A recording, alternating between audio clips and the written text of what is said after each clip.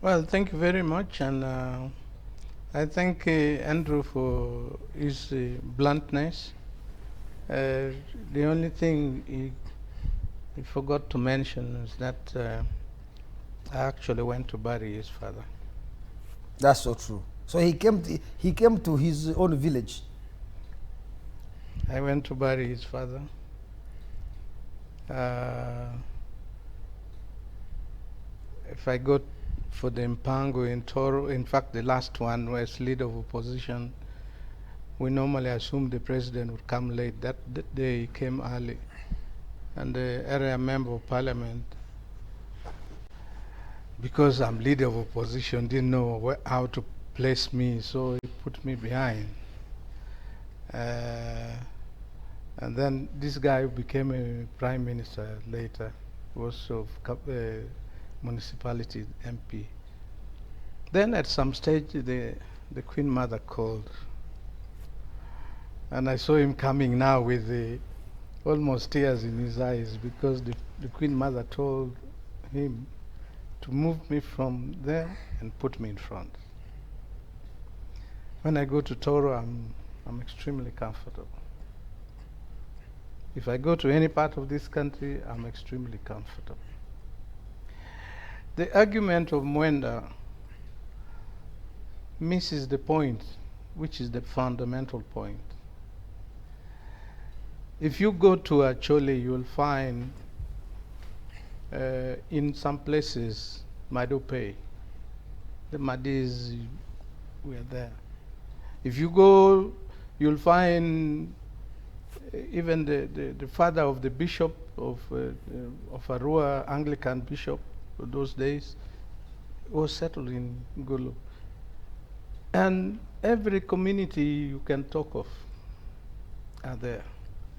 But they are there by a simple process, a human process of assimilation, which is the same process that now you'll see people who many people assumed were Baganda beginning to talk about who they are in Buganda.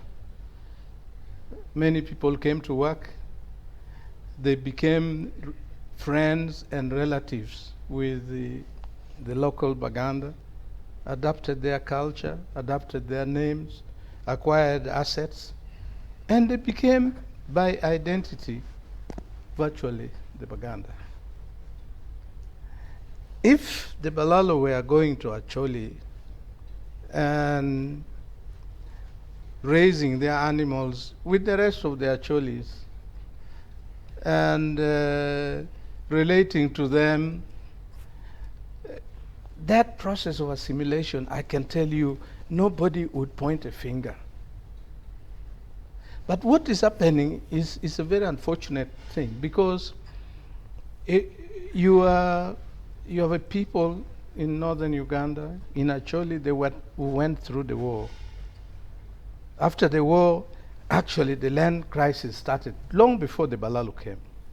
I had a professor from Oxford who came and met me. I was in my farm. And the professor, when I told him, I said, you know, people are not grabbing Acholi lands. The problem now is that young people will see no alternative in life, will pick their own, even their own parents' land, and sell it.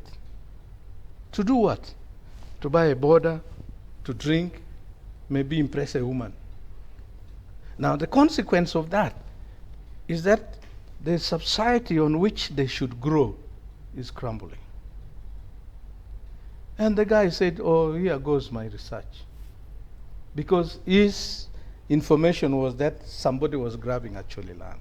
We are not talking about grabbing land, because the land in Acholi is huge. It's bigger than Rwanda. But we are talking about a process where if you are interested in doing farming in Acholi, either your farming must relate to how they live, or you will find natural resistance, or you come and grow your activity. in such a way that as you grow your activity, you even learn, you have friends, you have a few words that you can exchange. Now that kind of process, there would be no crisis. And that process, you cannot contest it, because you will have no basis, whether morally, culturally, or legally, to contest it. But just think of it, that actually that used to have lots of cattle, that lost their cattle in war, and all of a sudden, some guys come, and because the other guys are so poor, all these things about LCs, it doesn't change the fact that you are dealing with a community that is in poverty. There ought to have been concrete government programs. All these NUSAF were programs that in the end never had roots in Acholi. Those who, you remember this guy in Prime Minister's office, this thing is still even in jail. People just ate the money. If they had involved us, I remember the very early program when the late Agat Didi was minister for Northern Uganda. You know, because he saw that I understood it very well. We would actually go to World Bank meeting. He would leave his PS and go with me. And I was a member of parliament. So that is the problem. Secondly, if you are faced with this kind of challenges, and then you see what is happening, Mwenda will come and talk very strongly. My brother there will come and say, we are association of land sellers, and we say this. And then you have a meeting. And that meeting is, if you have a meeting in Kigumba, and everybody else who is there looks like from one community, is that not tribal?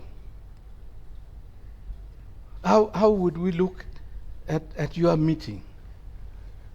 Has any of those people appealed to senior citizens of our communities like us and said, look, this is a problem we are facing. How can we deal with it? But the issue is that after so many years of war that destroyed the progress, by the way, let nobody fool you. Acholis led this country on many grounds. Gureme one time wrote, and after Onyango Bo, and talked about in the Kachoke Madit in London, how many actually PhD people appeared there. People don't know that some of the earliest professors in Makerere,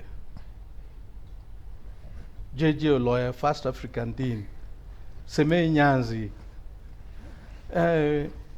and Kibaki, they were the first African lecturers. And if actually we are not discriminatory, Semei Nyanzi is Semei Nyanzi, but he comes from Agago with me and him. He came from Agago. But he's Semei Nyanzi. So let the idea that Acholis are tribalistic be thrown away. We are not.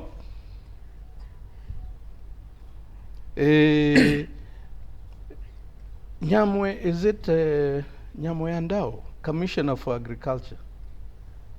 He married from Kalongo when we were small kids, from Ankole. Rugunda's son married in Atiak. We have our own children who are married in Buganda, from all over. We are not, Acholis are not tribalistic. And this is not about tribalism. This is about recognizing that we have gone over the years of the NRM government, particularly coming into power. We had gone through trauma and difficulties. If you want to, if the government of Uganda, and this is where I can agree with Mwenda in blaming the president, that if we had a systematic agricultural development policy, and we'll say, actually has potential for livestock. And by the way, Even when we were students, Professor Kiua taught us animal production. You do all the geographical parameters. The best place to do livestock, beef livestock in Uganda is Acholi. There's no other place in Uganda, none. So yes, the potential is there. And those guys who have gone and bought land see the potential. But how they have gone there is very insensitive and very inconsiderate. When it is like that, it becomes a matter of emotion rather than logic. And some of us have not talked much. When that matter the last time came, I was interviewed. And I said, I want to tell Salim Saleh and his brother that we Acholis have a saying that Kopti Yubo, Kopti Yadunu, meaning there are fundamental issues in the lung and in the heart.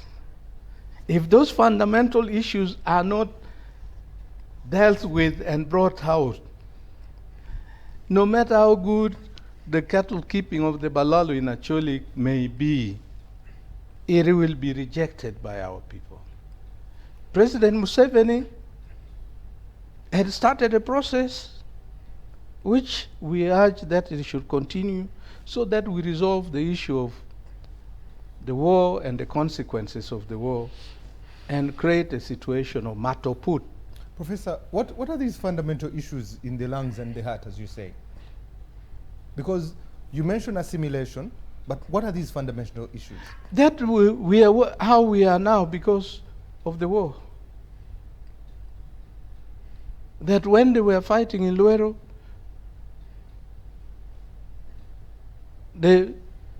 all the things that happened there, they will say Abacholi. And yet, we had Acholi commanders, Kennedy Kilama, Eric Odua. Ask if anybody has a complaint against them. You don't find. And they were the commanders in Luero. My own cousin brother died in Luero. So when they even take our people to look at the skulls, how do you know that the skull you are seeing is not the skull of my brother who died there? Okay. So, fundamentally, let us rethink this program. Yes, the president is president of Uganda because of politics. He's not by inheritance. So if the politics demands that he should hear the objection of the Acholis in the manner by which, because these guys who are going there, if you look in the 1960s, how many of them had parents who owned livestock like they have now? Or who owned vehicle like my dad had a vehicle and he had a shop, but I've never moved and taken over land anywhere because of money. Okay.